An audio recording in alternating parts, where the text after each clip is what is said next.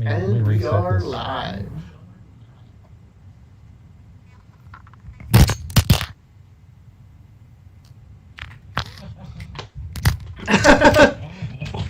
Of course, that would be the first thing you see when we go live. How is everybody?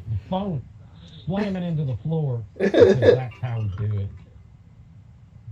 Let me adjust this. Welcome to the Pro Wrestling Power Podcast, Fireside Live. This is Wildcat Parsons, and that is Retro Joe, hanging out by the fire. That's J.O. All single J.O.'s to single E. I was watching that Jeff Jarrett Royal Rumble entrance earlier. I couldn't help myself. J-E-double-F, J-A-double-R, E to that double T. I love it. A little complicated. We can shoot the wind a little bit if you want to for a few minutes. See how I got one person in here? All right. So how is everyone today? How is Retro Joe? Retro Joe is good to go, as you always know.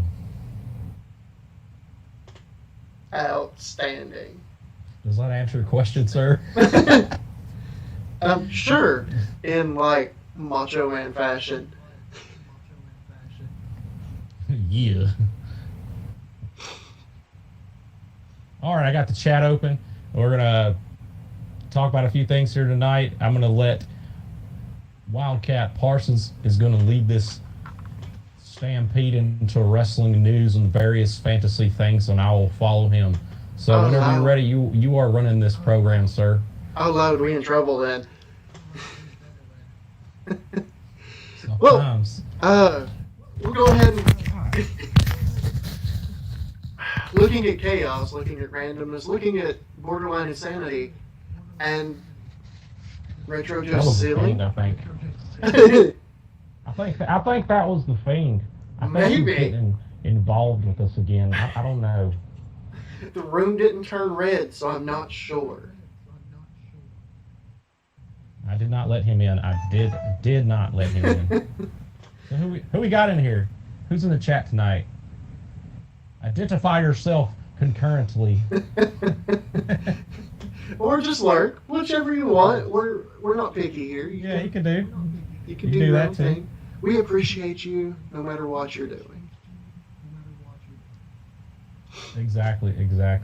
But you know what? I figure we'll go ahead and get started hot and heavy. We'll jump into our Mount Rushmore of tag teams. That sounds good to me. That sounds like a plan. I'm going to get a little closer to this camera. An interesting topic. So how do you want to do this, sir? Do you want to go your top five from bottom to top, or how do you want to do it? And go one for one, you're first and then mine? How do you want to do this, sir? Yeah, we'll alternate back and forth. I'll let you go first, since apparently I'm the host. We'll do this. All right. We'll do this politely. The Mount Rushmore of tag teams. So Mount Rushmore has 4 people, but a tag team is 2 people, obviously. Absolutely. So we're going to have 8 people on it. We're going to have the biggest Mount Rushmore ever. Mount Rushmore 2.0 of tag team wrestling. It's a big old mountain up there. That's a huge mountain, sir. And I will start out on the list on my... We're going to do 5 different ones, or actually, no, 4 tag teams on the Rushmore. So my bottom of my list, or very bottom of the list, is going to be number 4. It's going to be Kevin Nash and Razor Ramon on my bottom of the list. The reason I picked those is because the influence they had on the wrestling industry, even if they're not the greatest workers, everyone knows who they are when they step through that curtain. It's somebody that you can't just throw away. Like, who's these guys? Everyone knew when they switched to the different companies. They knew who they were. They had that kind of draw. So that's my number 4.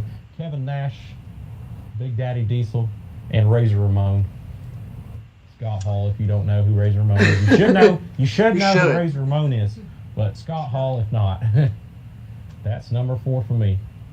All right. Number 4 on the list for myself would be the Hardy Boys. Matt and Jeff. Yep. exactly. Yeah. I didn't even think about them. Honestly, they're one of my favorites. Like I was doing this list, like some of these might not be like the greatest of all time, but they're my personal four favorites. And that's what I'm doing here. My personal four favorites. There's a little bit of how influential they were into the industry built in. But if you think of tag team during the Attitude Era of WWE, who else do you think of but some of the greatest innovators in the ladder matches? Like Edge and Christian Of course. Edge and Christian were probably fifth. And they were outstanding in those ladder matches as well. I mean, when you only have four teams to pick from, there's got to be cuts. That's very true. Very, very true, sir. Very true. So, number 3. Do we want to move on to number 3? Go ahead. Number 3, for me, personally, honestly, just like the last show, Steiner Brothers, number 3 for me. The reason I picked them, they were the very first tag team I ever saw on TV as a child. So they kind of hold like a special place in my heart to me. My father is the one that introduced me to Steiner Brothers, and I just thought they were great. Like, that was the first tag team matches I ever saw with them, and I loved it. I loved every single minute of it. You know, they had that old school, not the big Papa Pump era, but like, before when they had the high school wrestling gear and all that. I liked it very much. So I picked them because they were really good in the ring, and they're not the best, but they hold almost the dearest place in my heart because of the childhood memories of that first experience with the tag team action. Right. And to be fair, they probably defined WCW tag teams for that NWO era, especially early. What's funny about that, you said WCW. See, when I was a kid, when I was like 8, 9, I didn't know the difference between WCW and WWFE, whatever. WW it was just wrestling. Something. So, yeah. I didn't care if it was WWF or we watched more WCW, honestly, than WWF because it was easier to get a hold of. WWF was very expensive on pay-per-views. You know, it wasn't an easily attained thing. WCW seemed like everyone had a copy of it at their workplace, and they're like, here you go, here's WCW, it's a pay-per-view, and it was easier to get. I don't know. Maybe it's the region.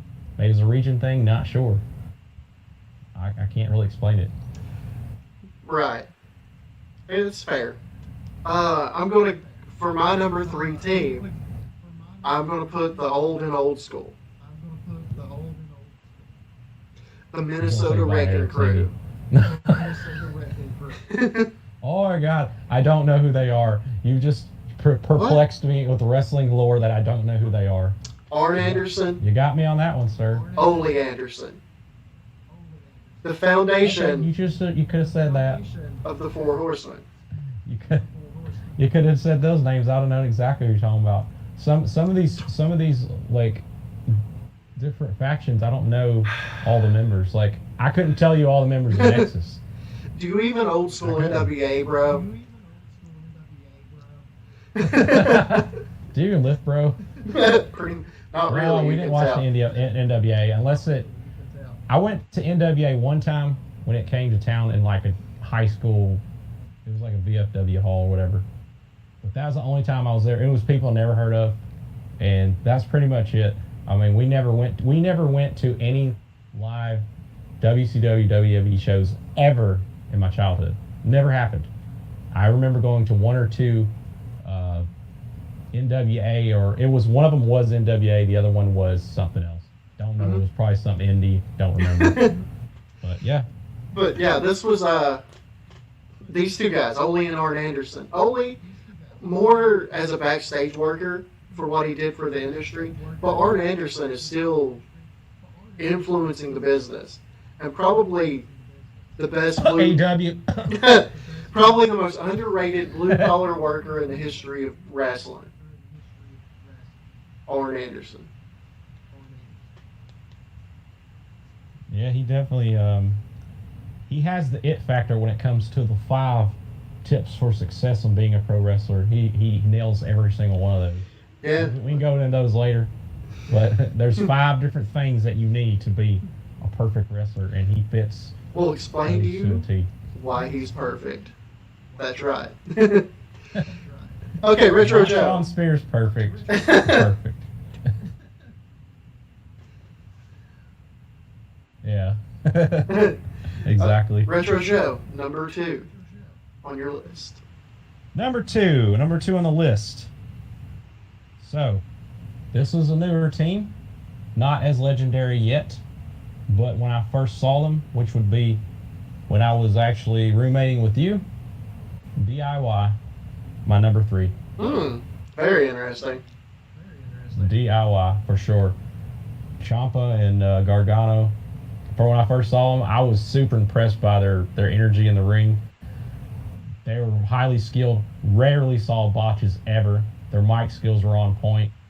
Their matches are fun back in the day. The DIY matches were just fun and full of energy. There was nothing bad about them really. They were great. I loved them. They entertained the crap out of me, and that's what you need to do when you're putting on a show. You entertain me, you got me. No, it's as simple as that. I mean, Jim Cornette can say some things are silly, or you know what I'm saying. He could say it's cosplay wrestler stuff. The goal of wrestling overall, it's more than just wrestling. It's a whole. It's an entertainment industry. Things that come together to create an entertainment product, and yeah, I don't agree with him on that stuff, but some of it I do. Some of it I do agree with, but yeah, that's my number 2 is DIY. Ciampa, Gargano, love the guys, just love them. Not super crazy about their singles runs, but the tag team was their high points to me. Yeah, number 1 and number 2 were a real argument for me. A ridiculously big argument for me. Number 2 though, the Road Warriors. I could see that to a point. Big, tough, nasty, just brutal workers. There's very few times I've seen them be in a bad match with people. But they were simple, they were to the point, they were what they were. I liked them to the point until they split. Then the split I didn't care for anymore. Heidenreich doesn't count. Backstage problems and personal lives, yeah. That stuff really hurt them, but overall, yeah, solid. I mean, come on, they're in the first WCW video game, so I mean, well, and that's the thing. You gotta be thing. a big guy when you only got 6 characters. But that's the thing. They were a lot of teams, a lot of people will struggle going from brand to brand unless they're Hogan or Flair. The Road Warriors were able to work WWF style, and then went over to WCW where it's more about work rate and athleticism in the ring rather than being big tough brawlers, and they were still able to go. Like them and the Steiner brothers are some of my favorite matches that ever happened.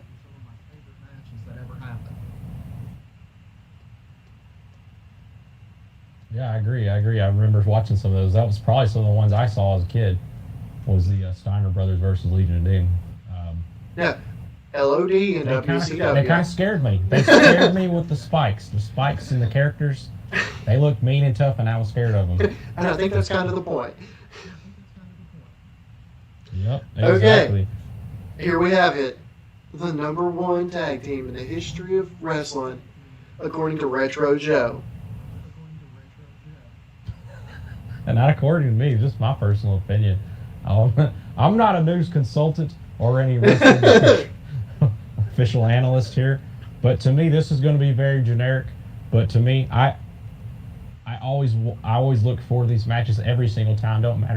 Didn't matter how many they had in a row, but when DX was big, Triple H and Shawn Michaels as a tag team to me were it. They were the money. They were money on the show. That was your main event. That was the money. And it was always fun. It always was great to see Shawn Michaels get knocked down and then all of a sudden do that kick up from the floor and then start that train going with that, just tune up the band and get it going, and you knew something special was about to happen. And every single time, even Triple H is a little comparably too big. I think that's why they work so well though, because he was a big tough guy and he was the skinnier agile guy. You had like best of both worlds in a tag team. You just had two big brutes who may get tired and stamina will run down. You had the smaller guy, then you had the big monster. So to me, I don't know. I always love those matches. My favorite. Like DX is my favorite faction of all time. So yeah, that's it. Number one for me, Triple H, Shawn Michaels. Okay. Well, number one for me. I grew up being Shawn Michaels. no. I grew up being a really big fan of them. I saw them on TBS on the Superstation on Saturday night, and you can still see them on NWA broadcast when NWA comes back. Oh, no, that's right. It's the Rock and Roll Express. They were Rock and Roll Express, so baby. legendary that WWF even built the Rockers to try to work off their success. But they're so good, they're still in the biz. Shameless promo here. Rock and Roll Express will be featured on AEW Dynamite this Wednesday. Really? Yes, really. But they, along with, Jim Cornette, they, athletic, they check all the boxes for what a tag team should be. They could work heel, they could work face. And I've never still move. Yeah, and I've never seen them in a situation where you're like, oh, that was crap. Like, they worked with a lot of different people through the years, and it's always been good. They might not. Yeah, I agree with you. I totally agree. They may not get as high on them drop kicks anymore, but they're still working. Now, I have a serious, silly question about the Rock and Roll Express since you have more experience with these guys. So, here's my question. You know who I'm talking about? The one guy that might be looking over here, but he might be looking over here. You know what I'm talking about, right? I can't think of his name right now to save my life. Yeah, okay. Was it always like that, or did he take too many drop kicks? The latter. Okay, I just wanted to think. I love them. I love the guys, but when I seen them first back on NWA Power, that really caught me off guard. I'd have to say. I don't really poke fun or nothing like that. I know it's not his fault or nothing. I know he's great. I think he's awesome. But I was like, why is his eyes like that? Is that always been? I haven't noticed that before. Yeah. No, still great workers. In the 80s, it wasn't a thing. Or the 90s, even.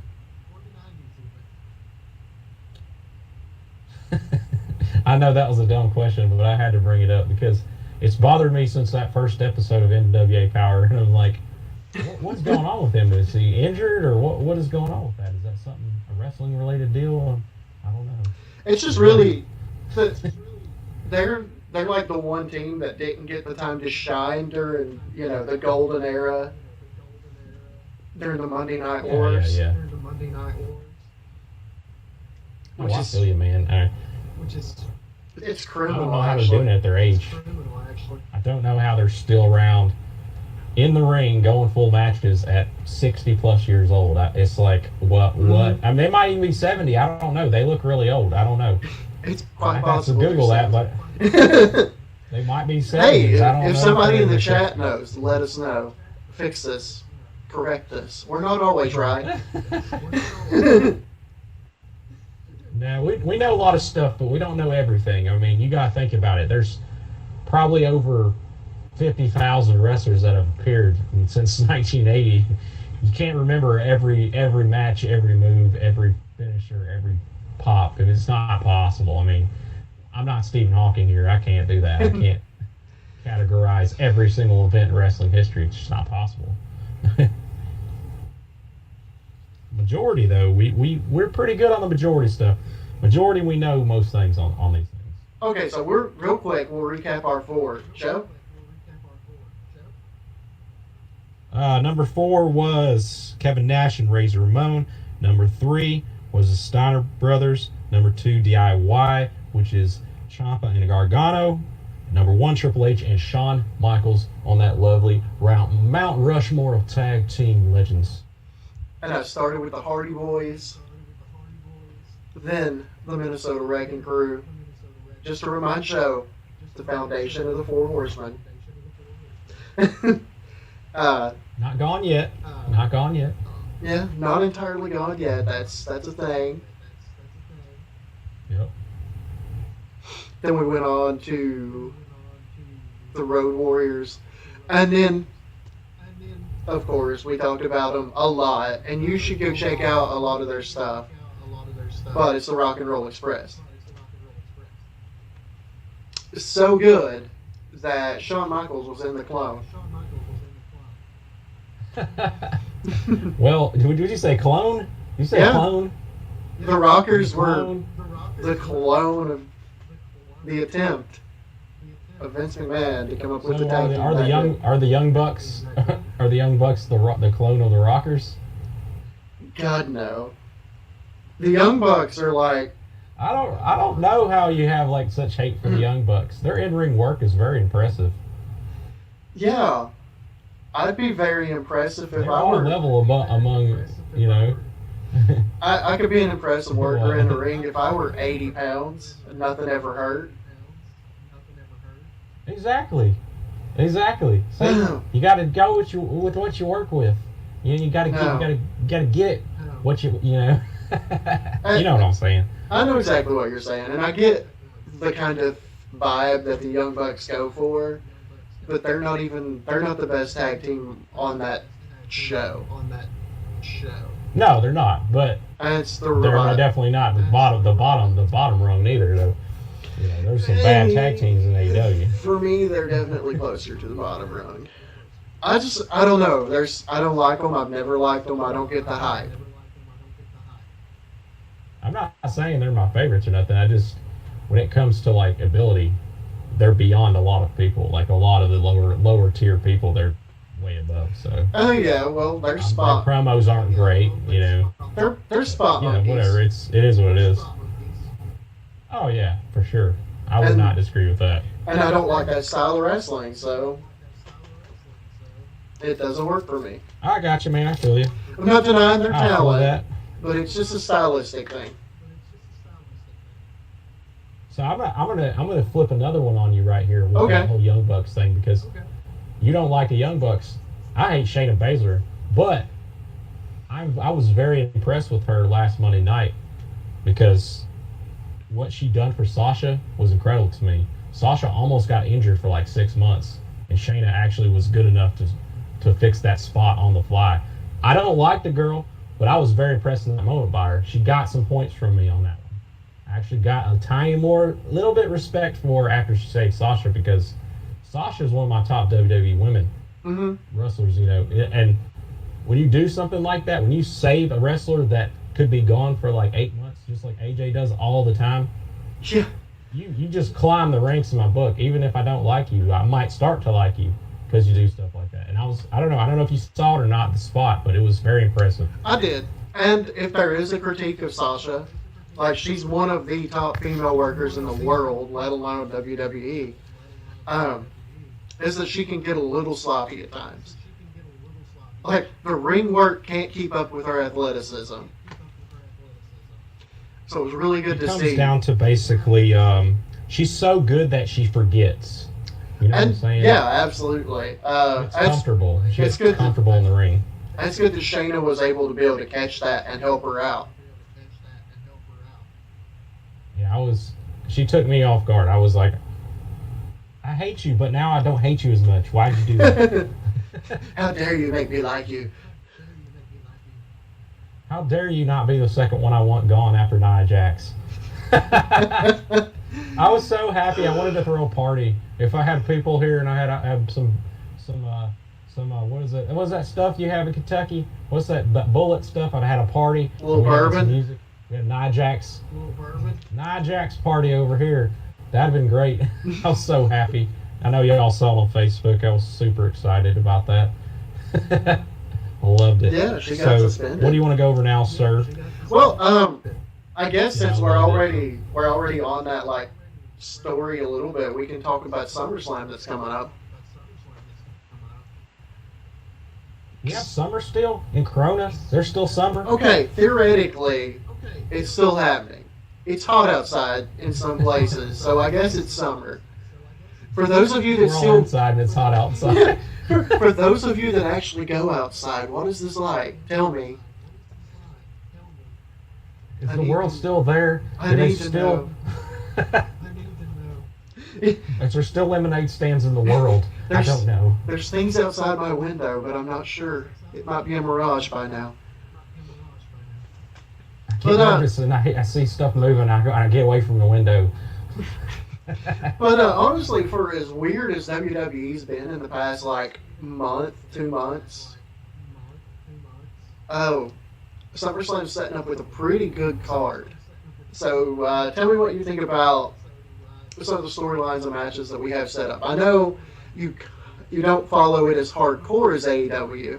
So looking at this from, hey, would you take the extra time to go and watch this even though you don't have to? So I think you're the perfect You're person saying to from an ask. outside fan perspective. Right, from an outside fan kind from of an outside fan perspective. You might have to go over this card a bit because some of these people on this card are probably going to be from NXT and SmackDown, which I don't have time to watch. So you might have to. I know we got the certain match. I'm not going too deep into it.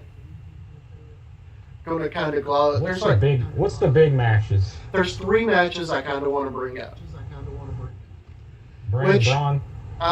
Yeah, Bray and Braun. Okay. We'll find out Monday night if Asuka beats Bayley. If it's going to be Asuka, Sasha Banks for the belt at SummerSlam. And then we have Drew McIntyre versus Randy Orton for the WWE Championship. So we'll start on the lowest of the card of these matches. What do you think about Asuka, Sasha Banks? Is that something that makes you go, okay, I want to watch? To be fully honest with you, on a pay-per-view level, of course. On a regular show level, probably not. Just because it seems like the way they build the story around some of the women's division, it's not as strong as the men's division, and it don't draw me as much. Like I mentioned last week on Raw, that whole setup was totally messed up. It wasn't even like a bad storyline. The whole editing cutting feature was just all wrong. I don't know what happened. It didn't make no sense to me, and I was like, you just kind of killed momentum for me when you do stuff like that. Why do you have how do you end a match when no rules are broken? Yeah, how do you end matches like that? Like I said, there's been some weird booking. That don't make no sense. There's nothing wrong. You don't end a match when there's no interference. There's nothing going on. There's no submission, nothing. So why didn't they a couple of weeks ago, when Bayley beat up Kyrie in the back, why didn't they disqualify Sasha and just leave the belt on Asuka? Exactly. If we're going consistent same storytelling, thing. I harp on this all the time. Exactly, because he actually counted 2-10, then rang the bell, just like the rules would be. They had rules. There's rules. What? There were. Yeah, it was crazy. I don't know. So that kills it for me. That, I love their matches, but that kills my interest. Like, there's more than just the match. You got to have the story build up to me. You have to draw me in. Like, if it's a monster match, I have to be frightened. Like, I don't know who's going to win. This new guy may destroy this big star. I don't know. It has to intrigue me into the way I want to watch it, and that kind of screwed it up for me. That whole setup, it just, I don't know, it messed with me a little bit. I think this is the moment where they split up that Bayley Sasha, and we have Sasha turn toward the SmackDown Women's Championship. I really think, because the way the setup is. Sasha was like, hey, if she can beat Bayley, she can have a shot at my belt. Bayley's not going to appreciate that. I do appreciate the fact that Stephanie McMahon corrected that whole Bayley with the ref thing tap. I was happy about that. That never needed to happen. But I really think they put the belt back on Asuka. They set up her and Shayna Baszler, which I'm hoping is better than every other time they've attempted it. Because Shayna has a great character, she just has no in-ring performance to match. And hopefully what you pointed out with Sasha is sign of improvement. Possibly. So here's hoping. The next big match on... Yeah, like I was going to say, that match, not so interested in for some reason because of that. Okay, that makes sense. The next big match on the card, we have Braun Strowman, the SmackDown Men's Champion, versus The Fiend, probably with Alexa Bliss at ringside. Creepy. That was a creepy spot. I'm telling you, this last SmackDown, when he was standing at her and she was staring at her, that creeped me out a little bit. It was just like it was almost like his eyes too, the way his eyes was moving. Holy crap, that was just beyond. I'm like, he was literally like, if you look closely, if you go back and watch it, one of his eyes was staring straight ahead and the other one was like looking over to the thing. Like, how do you move only one eyeball? I don't know how you do that. That's crazy to me. Talent. It was creepy. It was perfect. That was perfection. It was so creepy. I loved it. It was great. I did watch that section of SmackDown. I was like, whoa. Yeah, I don't know. They're doing a lot of these rematch type things. They have these big movie matches and then they have another match like right after. So I don't know if it's because lack of talent in the back or they don't have enough storylines to carry pay-per-views, but it seems like lately they've been having a big, huge thing and then another one, like Edge and Randy Orton. You know, just back to back things on different pay-per-views. Well, this one they kind of the story won't end. Well, this one I'm okay with them extending the story a little bit because they've kind of told it's like, remember how we had the 3 faces of Foley? We got the 3 faces of Bray. Right. Started out with, the happy-go-lucky kids show host, which is still creepy. Then, the Bray Wyatt, the cult leader, with the movie-style match. And now we have The Fiend, the evil, creepy demon. Yeah, that one. Yeah, that guy. It's okay, he's not in here, Retron. Don't worry about it. We're talking about him, but he ain't in here. I promise you. Just go back to bed, okay? I know you heard his name, but just go back to bed. It was just a package. I swear it. Okay? Alright, he's going back in there. Yeah, check out that video. That was a little weird. Yeah, I was in here. I was playing some Witcher, and then the door went off. He's in there goofing off with them toys, and he does that from time to time. I rag on a little bit because he's a grown-up, but, there was a package. It was opened already, and I grabbed it, and I put it inside the door because I didn't want it to stay out in the hallway. An open package, out where I live, it's just, No, that's not a good idea. I moved it inside the door, and I was like, hey, man, you need to go check this out, and I didn't even look in the thing, and then I saw the video. I was like, holy, wow, okay. Yeah, sending presents, huh? You got some presents for him? Well, I don't know. We'll see what happens. We'll see. Gift from the I don't Shockmaster. get involved with his business. The Shockmaster? No, definitely not a Shockmaster helmet, for sure. So, okay. That match, I probably will watch it because I like the 2 characters. It does intrigue me a little bit. I kind of want to see what happens because the Fiend will probably do some crazy thing at the end. I don't know what he'll do. He might suck him up through the ceiling with wiring. I don't know. You can never tell with that guy. He'll hook him to a wire, Sting style, and he'll get sucked out of the building performance and right through the building, a trap door in the roof or something. Who knows? Maybe Braun will be gone and then he'll come back as part of the Wyatt family again. Who knows? Yeah, that's one of the more That's one of the more intriguing stories to see where it goes, and I think it's good because they're letting Bray do it. Like, WWE Creative is out of it. They're like, okay, Bray, you do your thing, and we'll just provide the platform. Yeah, I'll watch it. The pay-per-views to me are extremely long. I don't know if they're still, I can't even remember because I haven't watched one recently, but last one I watched 4 hours. That's too much wrestling for me. I think, no, it's too much. I don't know. And SummerSlam will probably be that way since it's, one of the big 4. Right. And then we Not my have top. SummerSlam is not my top, but. And then we have.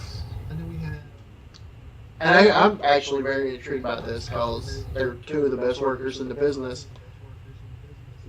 Randy Orton versus Drew McIntyre for that belt.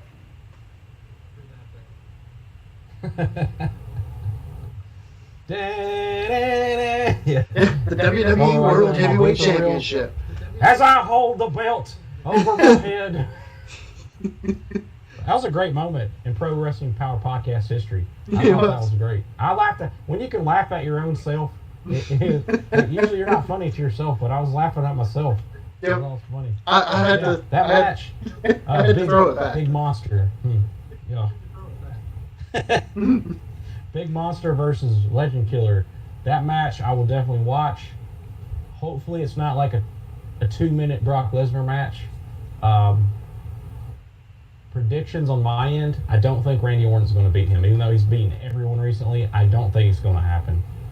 I don't think he's losing that belt, and I said it before, until the crowds come back.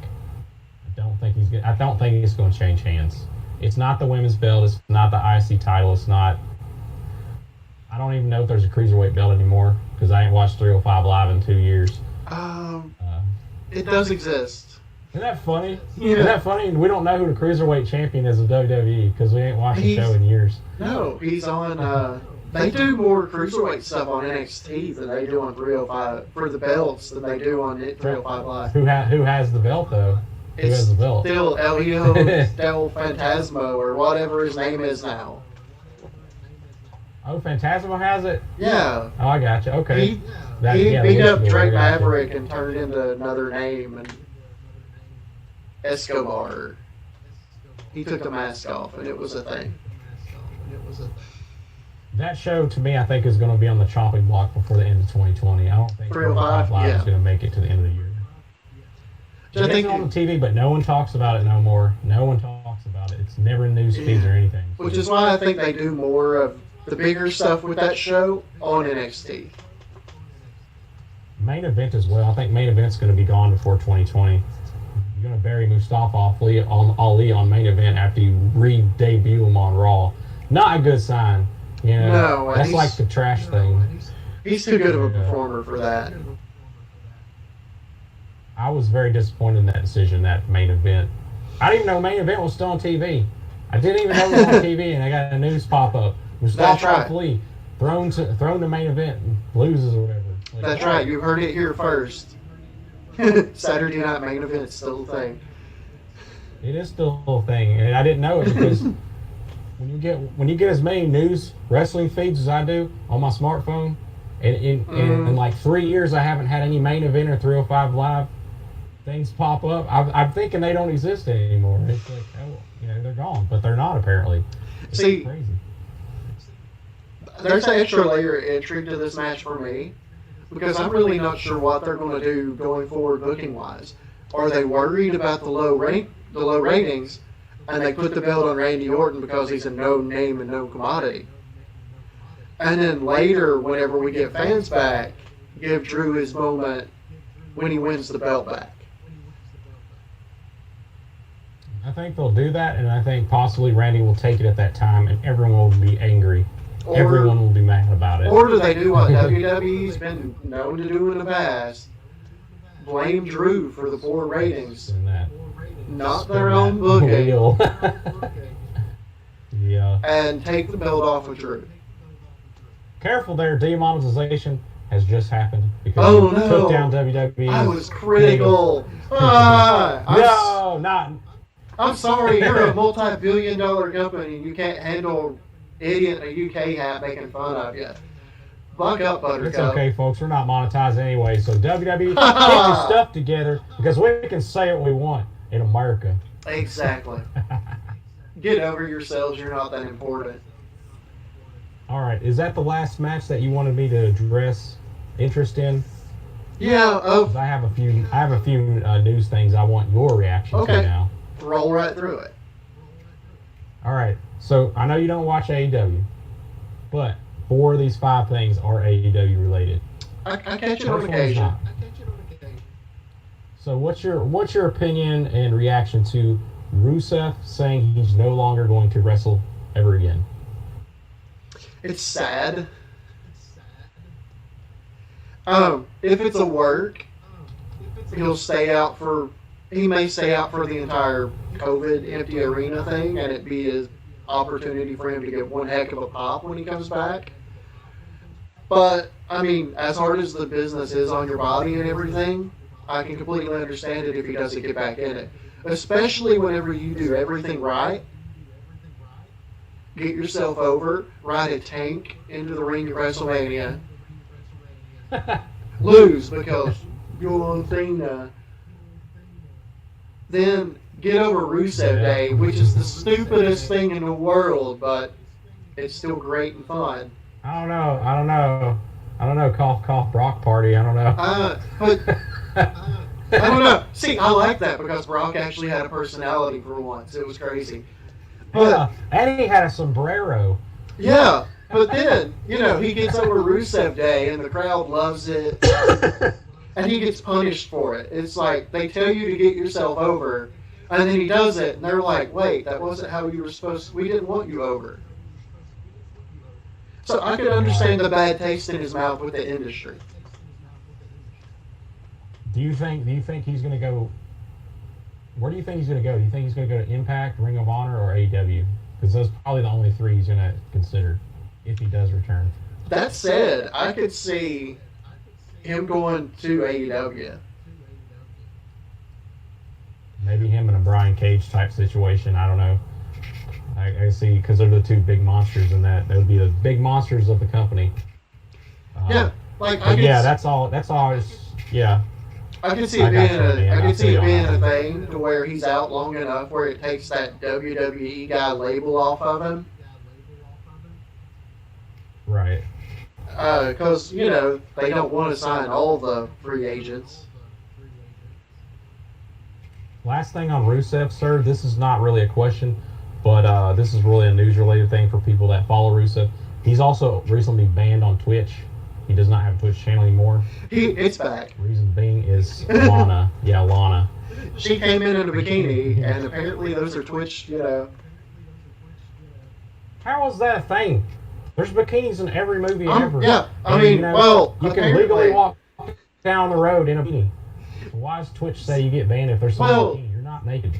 You're wearing clothes. Twitch is kind of sketchy with the rules there. It's okay if you're a Lenity, but apparently not for Lana. So who knows? Guys can't even have their shirt off on Twitch, and we're not girls. I know. We're guys. Free the nipple. Weird. I don't know. Not that I'd go. Not because I'm a beefcake. Just saying. Free all right, the number nipple. 2. Let's move on to number 2 before we get And too off track on bikinis and things and stuff of this nature. America. And yeah. So, number 2, what do you think of Zack Ryder debuting in AEW? Do you think he's going to be an influence on the company? Do you think he's going to have good matches? What do you think of Zack Ryder?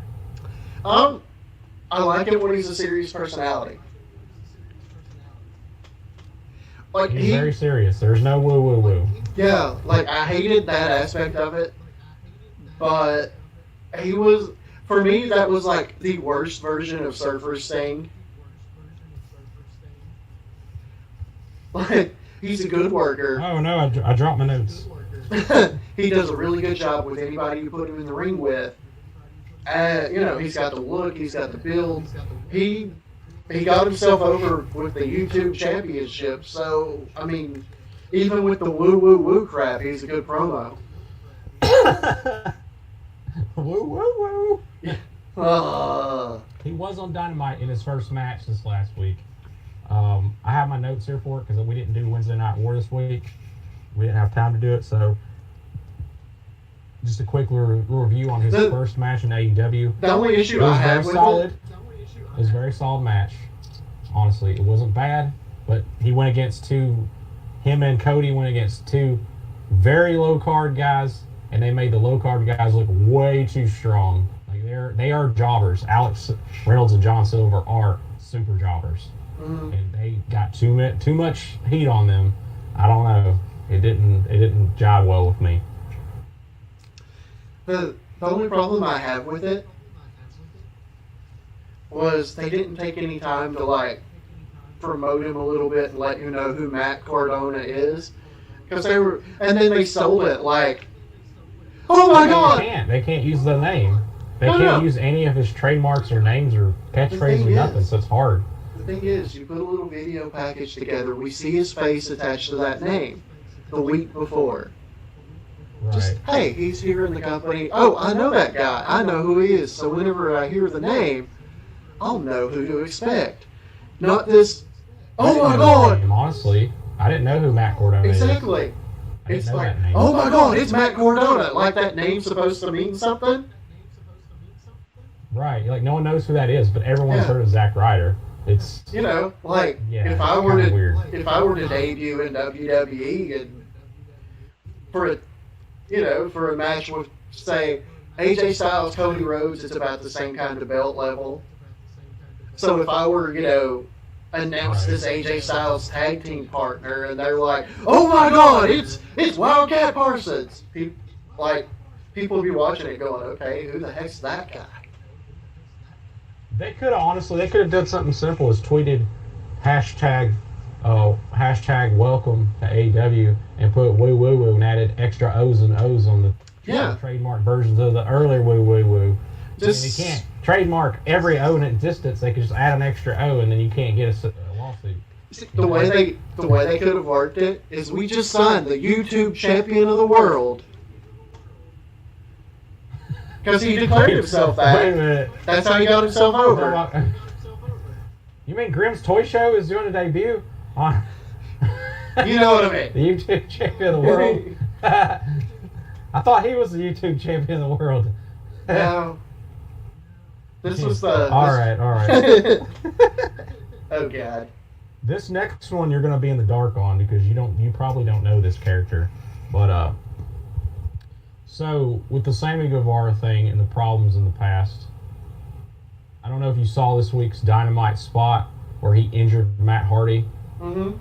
That was very graphic. I watched that and I thought maybe it was fake because the blood was everywhere. I mean, they didn't spray. I was like, whoa, this is like Attitude Era blood stuff. And I saw Matt getting stitches. If anybody's watching and didn't know, if y'all don't know, the problem that happened was Sammy Guevara grabbed a non-spot chair that was a full industrial chair and threw it at his face. In the moment, he got too excited, I guess, and he's too green to know what to do. So when he got thrown on the bell table by Matt Hardy, he went to grab the spot chair, but it wasn't there, so he grabbed the other one because he didn't want to lose the momentum. Threw it, hit in the face, busted his face open, and then does that flip off the ramp through the table, which the flip looked amazing. That flip was hardcore. I was like, holy crap. But anyways, like I was saying, do you think Sammy Guevara should be removed from the Inner Circle because of these recent multiple issues, like with them back-to-back, and replace them with Diamante? I don't know if you know who Diamante is. No. Well, the way AEW's crowd is, they pay a lot of attention to the dirt sheets. It's a very smarky crowd, if you will. Right. So it actually kind of works in his advantage. People don't want to like him already. Build on it. Yeah. I mean, now the Diamante thing. Do you know who that is? I have no idea. Diamante is a female wrestler in AEW who is previously in, you know where Santana and Ortiz came from? I think were they Impact? Yeah. I don't remember. I think so. Their Impact, I'm assuming, is LAX, a tag team, the faction of LAX. Diamante was also in LAX, and she's actually pretty good. She needs a little more tuning up, but she fits that heel character of the Inner Circle, and they don't have any female members right now. Do you think she could be like the next Chyna? If you have a chance to look at her character, she looks very good. She almost has that Chyna character going on. Don't replace, just add. I mean, it's not like the NWO where you're going to have a third of the roster on it. 6 people's on it. That's what I'm saying. What's the limit? Because NWO kind of was great, but also was the downfall of WCW. You start adding everybody on the whole roster to the same faction. You know? Yeah. I'd say about 6 is the limit for a faction for me. 1, Chris. We got 5 right now. We've got 5 members. Well, and that leaves you with the opportunity to have somebody going for the top belt, the mid card belt, a tag team, TNT Championship. then a cruiserweight champ, and a female champ.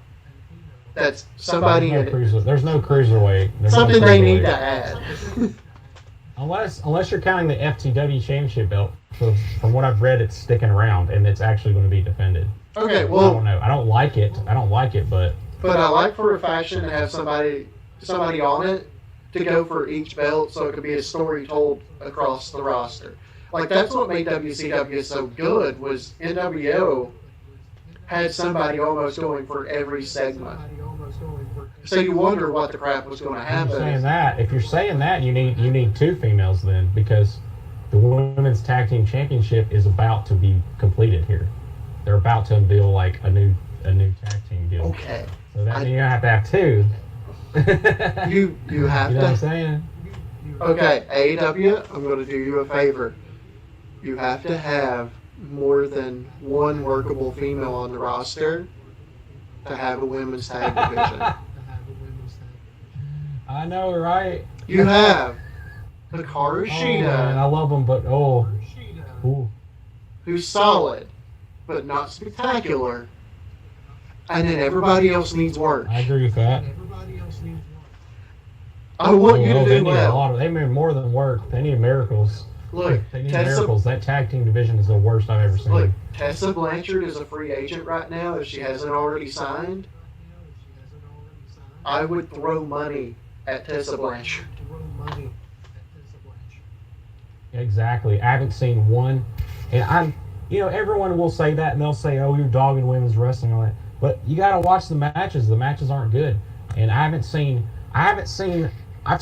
one person in the women's division that's still currently kind of signed to them, because I'm not counting Riho because she's not there. Mm-hmm. So, and it didn't happen all the time. It happened in a couple of matches. Statlander looked pretty good, but other than that, after that, she didn't look good because it was who she was working with. They have a bunch of ladies at the level that it depends on the level of their opponent. They're not going to They're not going to make anybody else better. Sheeta's the closest they have to that.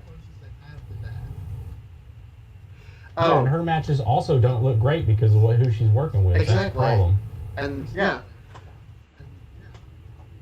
Like, it doesn't help them that they're on the opposite time slot as probably the deepest women's division in wrestling on NXT. Yeah, I feel you, man. Like, I'm trying to look over something real quick. How good would Shotzi Blackheart be on AEW? She's like enhancement talent. I don't want her on in AEW. NXT. I do not want her there. And I'll explain to you why I don't want her there. Because she is amazing. No, you'll understand. So, she is too good for AEW. That's what I'm saying. You can't have one amazing person come in and fix the whole thing. You need to have some people that are like B- women wrestlers and fill out the ranks to create the division before you start bringing in big name talent like Shotzi Blackheart.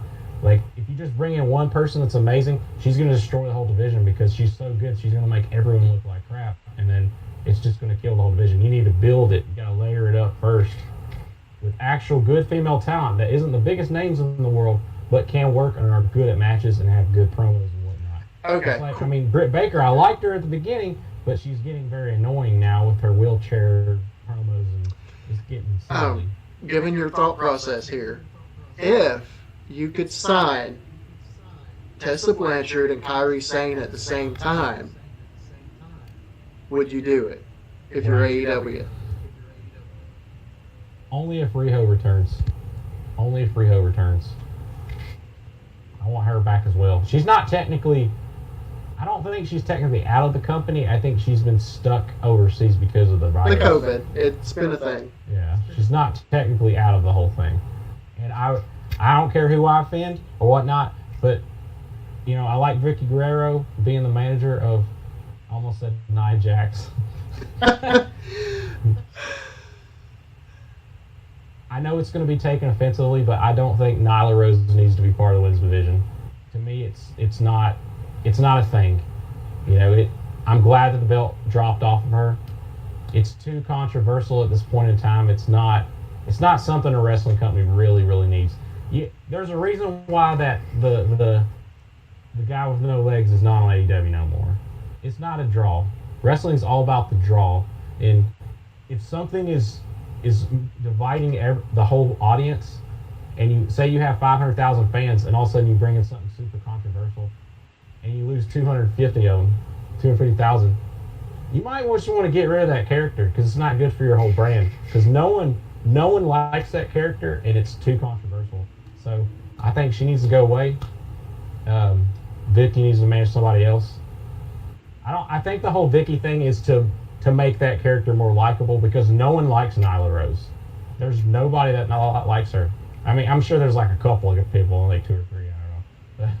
But there's a very, very small fan base for someone who was an AEW Women's Champion, and that's very, very sad because even if you're a heel and everybody hates you, you still got a huge audience, section that loves the heel wrestler, and she was the heel, and not even like the heel fans liked her.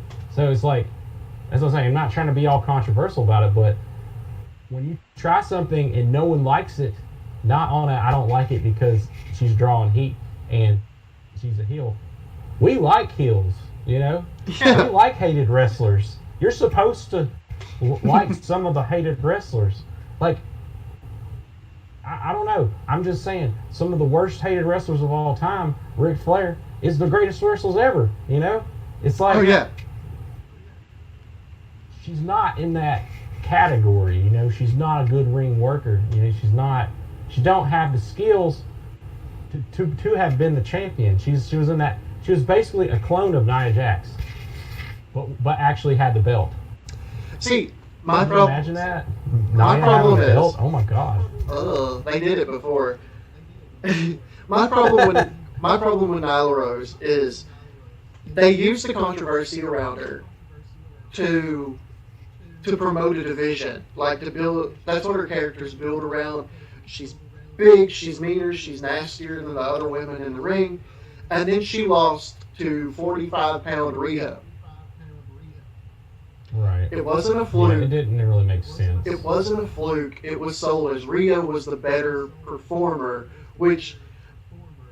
and I don't really agree with Jim Cornette often, but there's sometimes when it has to look like it could legitimately happen before it's going to continue to be a thing. Like, this is a character that you need to rehab with just 30-second squashes in the ring. You're talking basically a David and Goliath story, but doesn't have no religion in it. So there's nothing that can actually save you. This is like this is David winning. This is the real world without religion, and he's going to squash you with his big foot. That's what's going to happen. This is David winning in a fist fight with Goliath because David was better.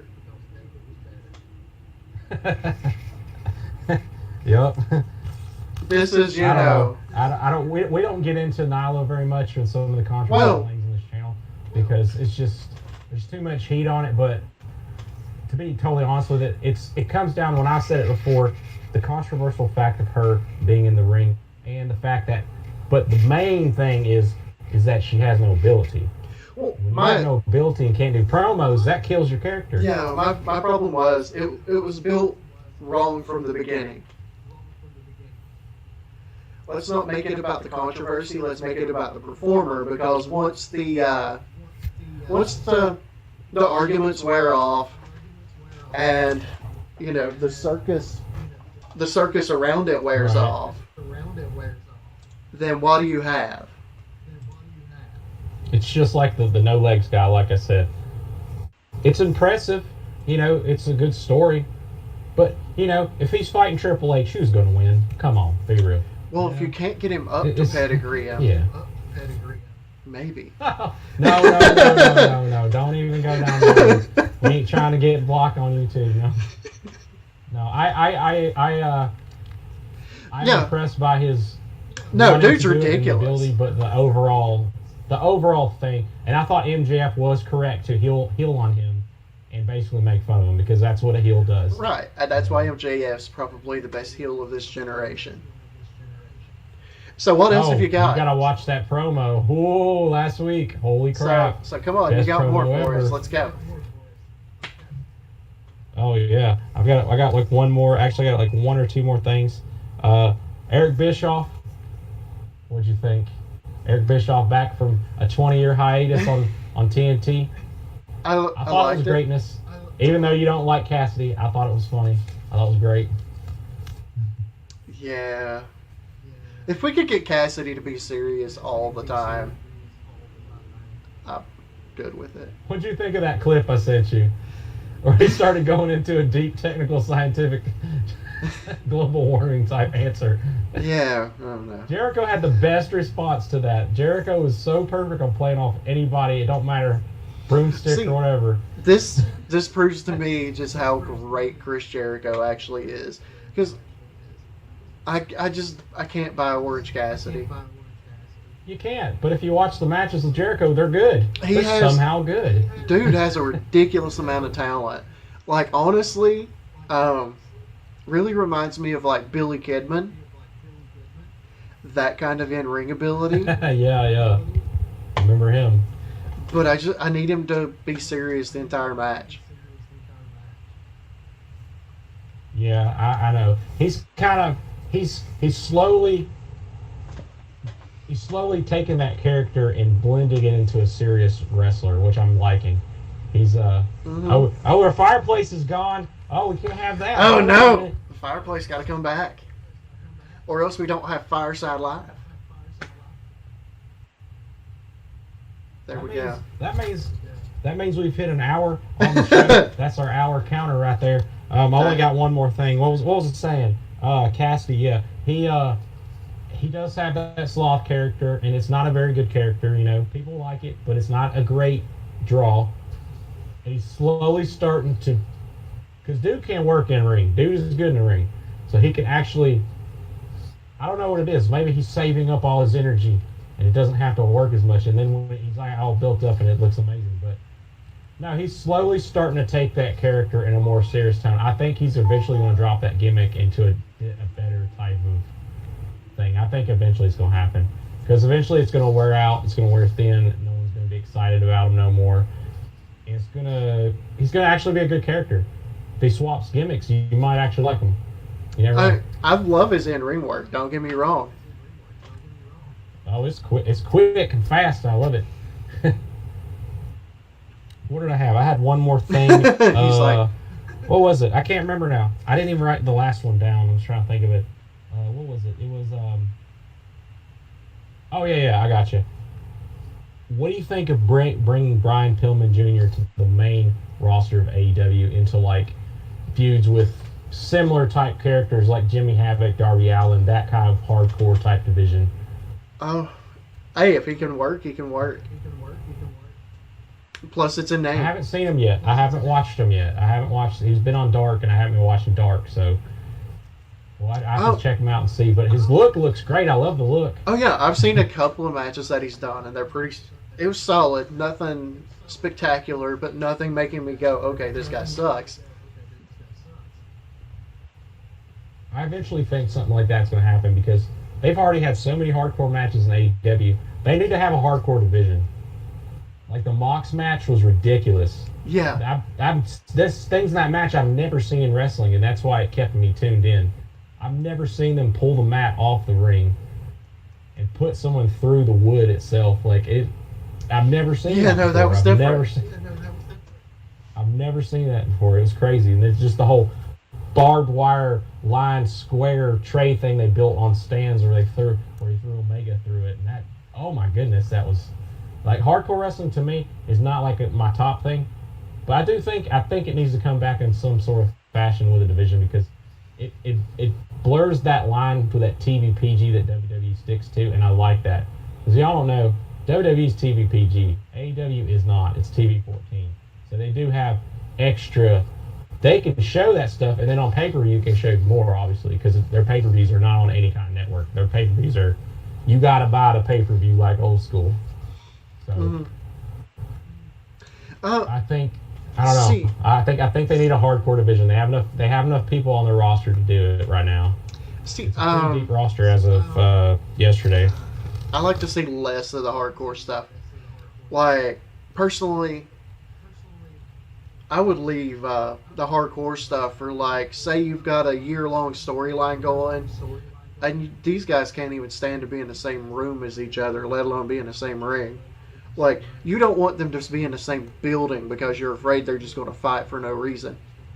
That kind of Like anger. extreme rules. Yeah, that kind of Rules type thing. anger, that kind of storyline, where you need something like that. Hey, let's give these guys stop signs, kendo sticks, and let them actually try to kill each other. But don't pop their eyes out because that don't work. No, that's stupid. That don't. Especially when That's they're just the like dumbest painted thing. ping pong balls. Oh god. Great match, terrible It looks so ending. silly. It was The bad. eyeball was bigger than an actual human eyeball is, and I was like, why is it so big? What's sad is it was It's like like, a baseball. as far as storytelling and ring work, it was brilliant. And then you get to this ending where it's like, no, why? Why did you? No. This had a chance to be brilliant. Yeah, I feel you. So that's all I have on my end. It looks like Chris Jericho is going live now, so it's probably time for us to go because we're not going to get any good. You have anything else, sir? So real quick, I can keep going. I don't care, man. Yeah. I got nowhere to be. actually, I just wanted to mention Chris Jericho. Shameless promo. well, yeah, I watched a review of it, but I want to get the live after you've had some more time to mellow with the thought process. What do you think of Cody Rhodes using that belt to bring in like developmental guys that they maybe want to sign? Because like I'm a fan, and I'm not sure as many people are, but it was Warhorse a couple of weeks ago.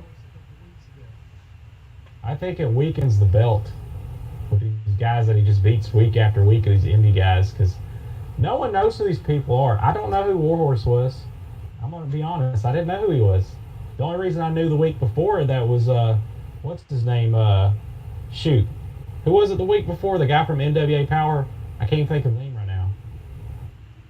Not Ricky's. Yeah, well, it was two guys back to back. Yeah. Like, so last week we had Warhorse. The week before was, I can't remember his name. I have to get back on that one. But it was one of the main guys on the NWA Power. And I haven't watched Power in so long. Some of the names are starting to slip. Week before was Ricky Starks. Ricky Starks one was good.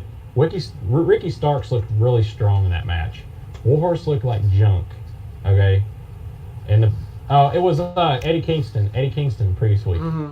Eddie Kingston, solid performer, but it didn't. It looks like it weakens the belt a little bit. They're doing this every week, and it's concerning because 2 out of the last 3 weeks we have 2 guys from NWA Power, big top guys that are always on the chase and have had belts in NWA. Are we seeing an absorption of NWA without them telling us anything? Are we going to get piece by piece of NWA until there's nobody left and then there's no more Power show? I don't know. But yeah, honestly, I think the indie thing is weakening the belt because none of these indie guys are taking it from him or even offering him a challenge other than Ricky Starks. And it's weakening the belt to me. And Then- Warhorse, like I said, I've never heard of this guy ever. Never. Actually, he's got I don't some stuff. You got to watch it on YouTube. It was a match with Orange Cassidy that was. It's actually really God. good. The crowd was terrible and didn't deserve the performance they put on. But it's I think worth the a look. character's okay. It's an okay character, but his work was not that good. It didn't impress me. It wasn't top level at all. Yeah, it was some rough chemistry with Cody apparently. Like A little slow, a little sluggish, sloppiness going on. Cody tried to mask it because Cody's amazing. Cody Yeah. can make matches look great. I mean, he's a professional by any means. Even though he didn't have a good run with all Stardust stuff and whatever, but him and his brother, man, they're like top guys. They're straight up top guys that weren't booked as top guys. When your dad is one of the greatest ever, he's going to teach you a few things. You're going to be pretty good. So, I don't know. I think it's weakening the belt. That's all I'm thinking about it. I have no Okay. idea who's going to be this week.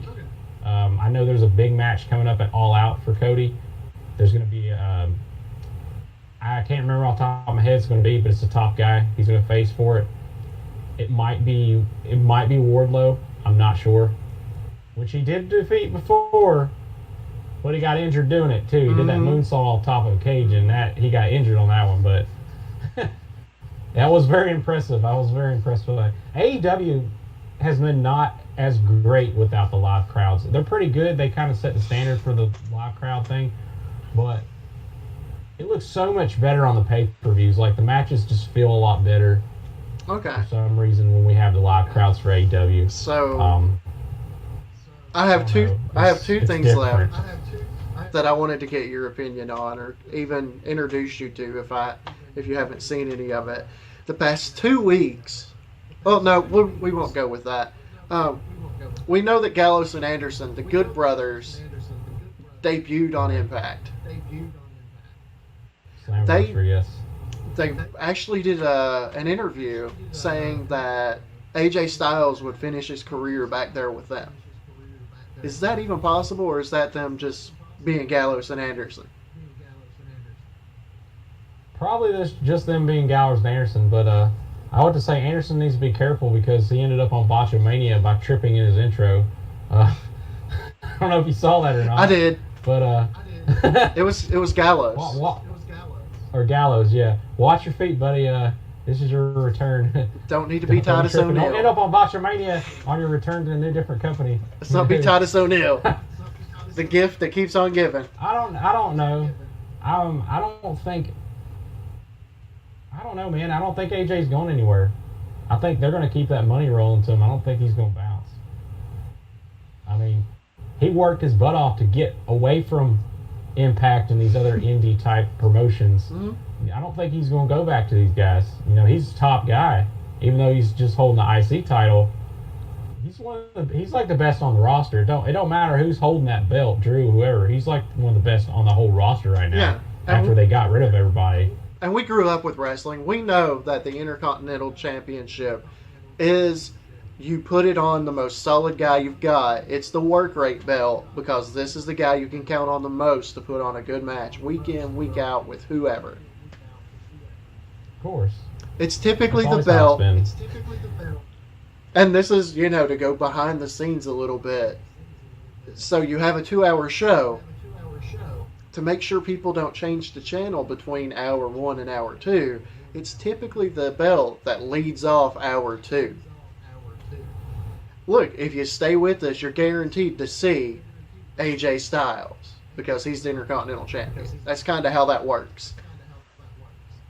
Yup. Yeah. But even, other people that they've had that belt on, look, it's Shawn Michaels. He's the IC champion. You're guaranteed to see him to start the second hour. Don't change that dial. It's really weird because I never watched AJ Styles before he came to WWE, and it feels like he's been in WWE a long time. And he it does now. About it. He's only been in it for 4 years? I think it's like been only 4 years. One of the best debuts ever. That Royal Rumble was great. 2016, if I remember correctly. So, it just hit me. What is your favorite? We'll talk about this next week. This will be our little go back and forth topic. Top 5 matches you've ever seen. Your top 5 favorite matches. They don't necessarily have to be the best, Oh, God, homework. I hate homework. Your top 5 favorite matches that you've seen. No, I'm just kidding. Top 5 matches of all time I've ever seen? Yeah, your top 5 favorite matches. That should be simple enough. I've only seen about 7 million. I know, right? I'm like... That should be super simple. As soon as I said it, I went, oh, Lord, this is a mistake. No, it's not. Because there's so many matches I can just discard and throw away. There's immediately a million Nia Jax matches that go in the trash. I don't know. My number 1 is Nia Jax and Shayna Baszler. It's already set in stone. Get out of here with that. Yeah, y'all know better. I don't even think that may have not even happened.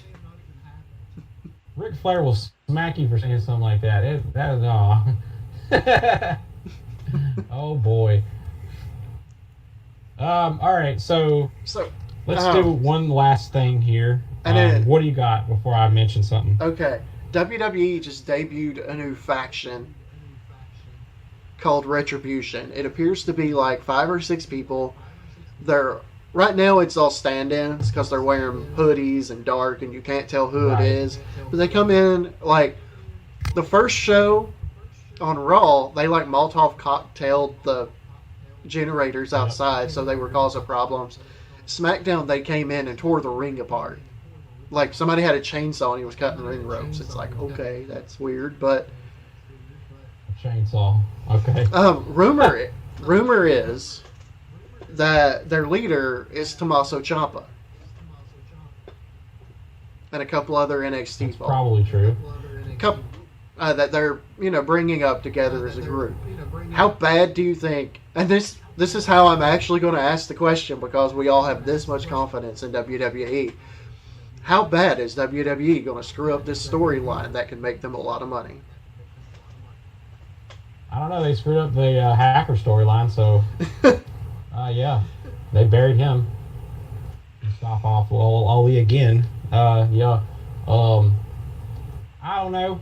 I have no idea. I've only seen the one thing with the Molotov cocktail. It didn't blow my mind by any means. It just looks like something that I've seen before 1,000 times. I don't know. Unless somebody opened their wallet and the leader turns out to be CM Punk, I might be super interested. Retribution, you said, right? Yeah. You gotta think about that name. You gotta think about the meaning behind that, and is it going to be all these? Is it going to be some people that he fired, that he secretly didn't fire, and we thought he fired them, and it was all work? Is it going to be like CM Punk return as the leader, or he's not actually going to wrestle? He's going to bark orders or something, be like a Seth Rollins type character? Mm-hmm. It's possible. He's very good at masking what he wants to do and not doesn't want to do anymore. It could be a giant work. It could be the biggest work of all time that CM Punk says, I'm never going to wrestle again and all this. But I tell you what, man, if someone drops, a $50 million check on you, yeah, to show up and do one match, you change your mind real quick. He was strangely very complimentary of Raw Underground. So that's what I'm saying.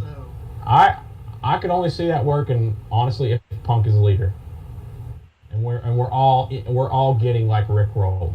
It would be the best Rick roll of all time. And we mentioned one of them earlier. The 3 big names that I've heard tied to this are CM Punk, Ciampa, and Rusev. I haven't even read any of the stuff about it. CM Punk was just like the number one I would book. Yeah, I spent way too much time on Twitter. I didn't read any of it. That was just my honest opinion of it. I'm just saying the only way that's going to impress people or blow their minds is have to see CM Punk, pull the hood off in that music kit or something, and that's going to be the highest rated show ever. They're going to lose their minds. Yeah, that him always saying he's not coming back. It entirely fits his character too. The voice of the voiceless. Yeah, I get. Money can do a lot of things. I don't care if you said you're never gonna fight. It can do lots of things. But I don't. What about the other members though? Who else would be in there? You think? There's a lot of speculation, like Dominik Dijakovic coming up from NXT, which would be good. He's a great working big guy. So the characters, did you see the outlines of the fill-ins? They're gonna have to kind of match the body sizes not to really. What the action characters are. No, you don't think so? No, if you have a really skinny guy in there, and all of a sudden you have a giant Retribution. I kind of doubt continuity. Look, they didn't care about rules in the Asuka Sasha storyline from week to week. So do you think they're going to care about body types with the we would think of stuff like that because we're professionals. That's yeah. right. But not a multi-billion-dollar company. They can't even get their rules straight from week to week. I mean, I could tell that Shotzi Black. I don't know who will be in there. I could tell that Shotzi Blackheart was one of their stand-ins. Oh yeah. Yeah. Oh, you could see some. Could you see? What could you see on SmackDown? 'Cause It, I didn't watch it. it took Could a you lot see, of like, pausing and a lot hair or of. faces or what? You could see the hair color. It took a lot of pausing and a lot of like, hey, let's do detective work. It felt Oh my creepy, goodness, actually. you're actually Bruce Wayning in that thing. It felt creepy. Oh my goodness. I'm pretty sure I'm on a watch list now. He was DVRing it going, who is this guy? I'm going to zoom in. Oh my God, it's Keith Lee. The No. FBI agent that pays attention to me is like, what in the world is this guy doing? Oh, wow, that is Shotzi. Realistically, what they're probably going to reveal, because, CM Punk would be the greatest thing ever for that to happen. It's probably going to be somebody like Adam Cole. Watch, it'll be like Adam Cole or something. Yeah, I could just see that happening. I don't know why it would be Adam Cole. Maybe it would be he lost his belts and he's mad. Adam Cole's in that feud with Pat McAfee. I know, but still, he can have matches on this side and still do. For those of you that don't know, former punter for the Indianapolis Colts, who's now with Barstool Sports. Oh my! I know. Oh God. This is dumb. Stop bringing NFL players to the stage. At least don't they bring got NFL players. At least they got one part of it right. One part. Dude was a punter. How did he put down Adam Cole? He snuck in and kicked him. Oh yeah, I mean yeah. I'll give him credit for, hey, this is what this guy does. He's good at it. So yeah, if a punter kicked me in the head, it would hurt. I'll give him credit there. Yay, realism. That'd be true. I did finally remember that last point. I do remember that final thing. Before I go, but make sure that you covered anything you want to cover else before I hit this last point. We're running over. We're an hour and 20 minutes down the show, so I don't want to keep everybody too long. Go ahead and roll with it. What's your last? You have any last points? I don't. We'll probably next week. I'll have a couple more things because NXT's getting interesting with some of their top of the card stuff. Last thing I wanted to cover was basically the Wednesday Night War. We didn't really go over because we didn't have a show this week. We're not going to go over the show because it's going to be too long a thing to do. I will say though, for some reason, I don't know how it happened, but maybe it was probably because everyone knew Bischoff was going to be on it. But AEW did destroy NXT this week somehow. We hit over 900,000 viewers as opposed to 700,000 that NXT and both were doing back to back. They're just back and forth every single week. Even though superior-wise, NXT is a superior show, but it just depends. It's like I said, last week AEW was junk, straight up garbage, the worst one I've ever seen. This week a little bit better, but not to the caliber of the previous like January, March, February, March shows. But I don't know what happened there. There was a super boost this week, so in the ratings, AEW killed them, but I'm sure NXT was a better show. That's what I'm gonna say about this show was okay. It was better. It was that War Horse rating bump. That's what it was. No. First on the card, don't think so. You're going to put somebody first on the card like that, that's not going to be your... No, you're right. NXT... main event type match. NXT does continue to be, minute for minute, the better show. But as far as wrestling goes... But I do agree. AEW is a little more spectacle, so more casual fans would kind of resonate that way. I would think. I don't know if I've explained it before, but I don't know. It's an interesting dynamic. The reason I watch it feels. I like the color scheme of it, and this is going to be a stupid thing. Any psychologist will tell you certain colors can trigger certain emotions. Right. That's why I don't like to watch Raw. There's too much red in the show. That red is an anger color, and I just get angry watching it. And that's why. But see, AEW don't use one single color. They alternate through different colors. Even though the logo is black and gold, the show in itself is every color. So it's easier. It's an easier show to watch from a viewing standpoint, not from the matches are the best or whatever, And another reason I watch it is the first wrestling show I ever got to watch from scratch, from the beginning. Never got to do that in my life. It's an interesting experience. I know a lot of people. It has that WCW feel from time to time with the backstage brawls and the kooky storylines going on. It does have that feel to it. That's why I like it. Also, lastly, it's in Jacksonville. You know, that's where I live. It's in Jacksonville. Yeah. Well, that's I think cool that all that combined is together. I think. But I will crap on it. It's bad. Oh no! And here's what I think the difference is. NXT is probably the best wrestling show on the planet, but it takes itself very seriously. AEW remembers to have fun at times, and that's the difference in the show. Right. Yeah, I know we got problems. We got big problems in certain areas. If I'm a big person, problems.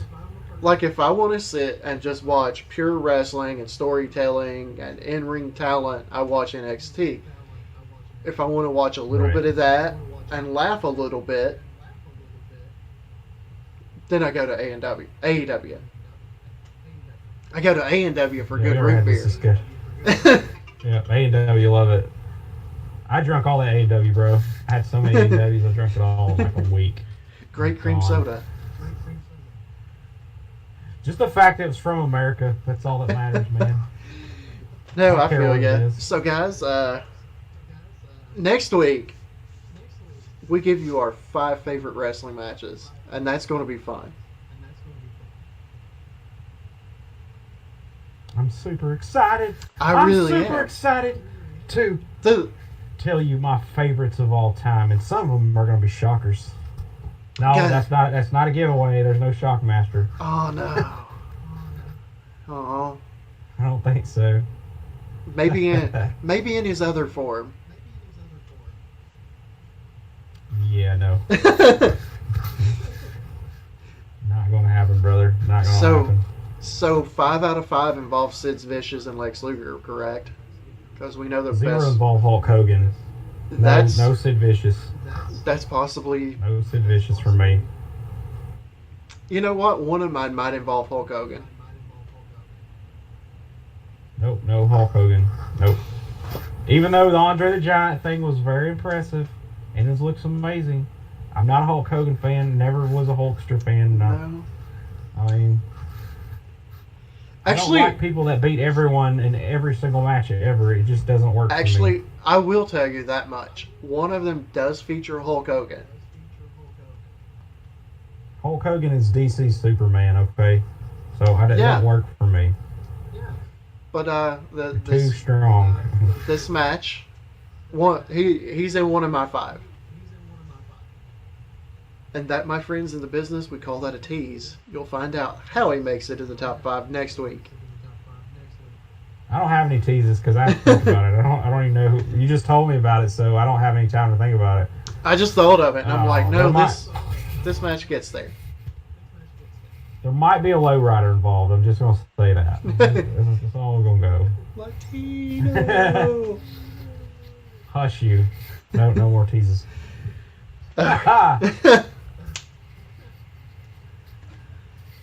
Alrighty, sir. It's ready to sign off. I appreciate all you wonderful people watching our show, giving us support. Yeah, thank you guys for jumping in. So make sure you stay warm by the fire with us. That's right. Until next week, keep yourselves warm, but come back for a little Fireside Live.